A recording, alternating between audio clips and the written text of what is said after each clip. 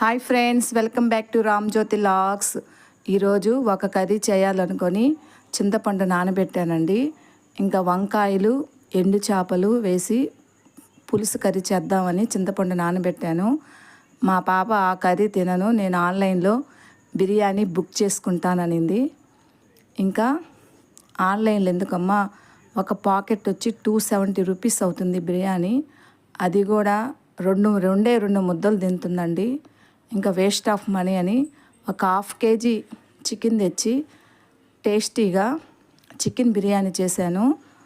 ఇంట్లో అందరము తిన్నామండి, చాలా టేస్టీగా వచ్చింది.